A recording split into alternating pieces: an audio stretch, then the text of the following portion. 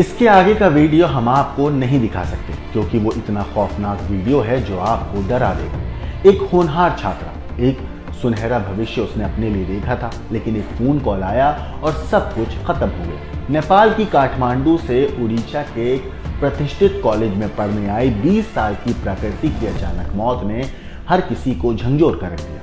एक लड़की जो अपने परिवार का नाम रोशन करना चाहती थी, जिसने आईटी सेक्टर में करियर बनाने का सपना देखा था, वो अचानक इस दुनिया को छोड़कर चली गई। लेकिन सवाल ये है कि क्यों? आखिरी बार जब उसने अपनी मां को फोन किया तो उसने कहा था कि वो फेस्ट से लौटकर फिर से कॉल करेगी, लेकिन ये कॉल कभी आई नहीं। उसकी जगह जो कॉल आई, उस कॉल में इंफॉर्मेशन थी उसकी मौत की। एक ऐसी इंफॉर्मेशन जिसने उसके माँ बाप की पूरी जिंदगी को बदल कर रख दिया। मगर आखिर उस लड़की की जान क्यों गई? लेकिन क्या ये सच में एक ऐसा मामला है जिसमें इंसाफ मिल भी पाएगा? उसके दोस्तों और परिवार का कहना है कि वो एक ऐसी छात्रा थी जिसे हमेशा अपनी पढ़ाई की चिंता रहती थी। लेकिन क्या कॉलेज के गलियारों में उसके साथ कुछ ऐसा हो रहा था जो उसके चेहरे की मुस्कान के पीछे छिपा था?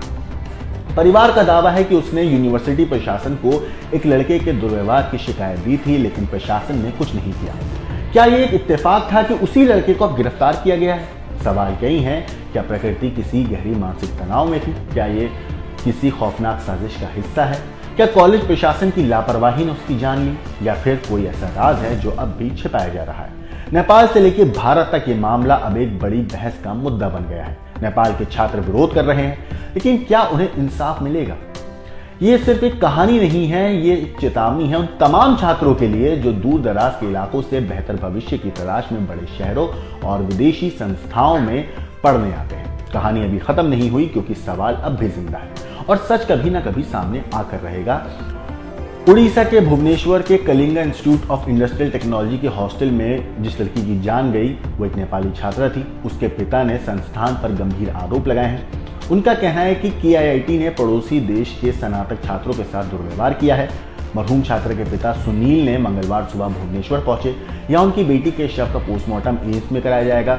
मरहूम के पिता ने कहा है कि मैंने अपनी बेटी को खो दिया है, यहाँ कई बच्चे पढ़ रहे हैं। पता चला है कि कई छात्रों के साथ उनके हॉस्टल से उनको निकाल दिया गया, उनके साथ दुर्व्यवहार हुआ। ये सही नहीं है। इस घटना को दोहराया नहीं जाना चाहिए। ये लोग नेपाल जाते हैं, वहाँ छात्रों को पढ़ाने के लिए बुलाते हैं। संस्थाओं ने उनके साथ बुरा व्यवहार किया है। उन्होंने न्याय के लिए सरकार और पुलिस पर भरोसा जताया है। उन्होंने कहा कि मैंने अपनी बेटी को उच्च शिक्षा देने के लिए यहाँ भेजा। हमें उम्मीद है कि सरकार न्याय सुनिश्चित करेगी। हमें सरकार और यहाँ के पुलिस प्रशासन पर पूरा भरोसा है। हमें न्याय मिलने की उम्मीद है।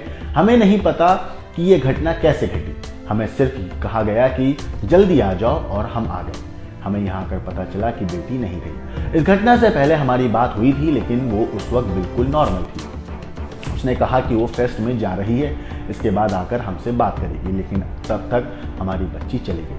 वहीं KIIT ने एक बयान में कहा था कि संदेह है कि लड़की का किसी छात्र के साथ प्रेम संबंध था, उसकी वजह से हो सकता है कि उसकी जान गई हो।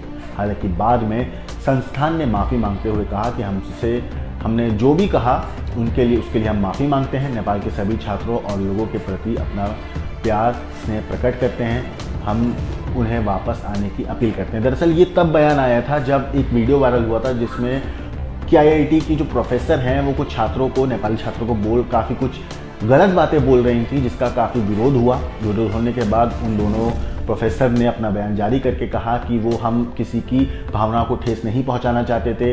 वो हमारा जो भी हमने कहा वो हमारा निजी तौर पे हमारा कहना था, उससे यूनिवर्सिटी का कोई लेना देना नहीं है। हालांकि जो यूनिवर्सिटी प्रशासन है उनकी तरफ से भी एक लेटर आया जिसमें उन्होंने उस व्यवहार के लिए जो छात्रों के साथ हुआ माफ़ी मांगी थी।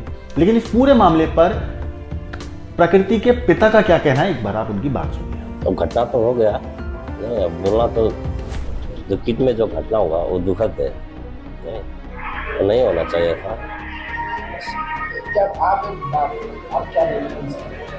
हम क्या बोल सकते हैं? हमको एक ही बात है, हमको यहाँ का पुलिस एडमिनिस्ट्रेशन और किट वाले लोग उनको कोऑपरेट कर रहे हैं, अच्छा सपोर्ट कर रहे हैं। हमको एक ही चीज़ है, बस जस्टिस मिल जाए, बाकी कुछ भी नहीं।